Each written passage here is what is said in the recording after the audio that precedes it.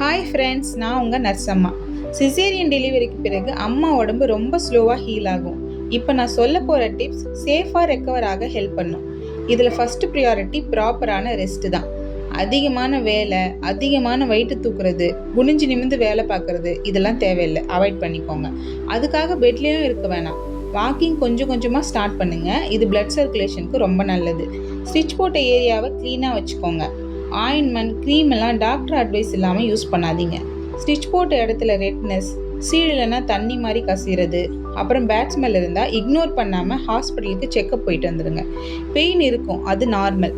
ரொம்ப பெயின் இருந்தால் self medication எடுக்கக்கூடாது. டாக்டர் அட்வைஸ் பண்ண மெடிசன் ஸ்கிப் பண்ணாமல் எடுத்துக்கோங்க. அடுத்து ரொம்ப இம்பார்ட்டண்ட்டான விஷயம் ஹெல்த்தியான ஃபுட். முட்டை, பருப்பு, கீரை இதெல்லாம் சாப்பிடுங்க. தண்ணி நிறைய குடிங்க. மலச்சிக்கல் வராமல் தடுக்கிறதுக்கு தண்ணீரும் நார் சத்தும் இருக்க உணவை அதிகமாக சாப்பிடுங்க. நார் சத்து பெரும்பாலான காய்கறிகளில் இருக்குது. டெலிவரிக்கு அப்புறம் எதுக்கு எடுத்தாலும் அழுக வர்றது நார்மல். நீங்கள் பேசுனா உங்கள் பேச்சை கேட்குறவங்க கிட்ட மனசை விட்டு உங்கள் ஃபீலிங்ஸை பேசுங்க.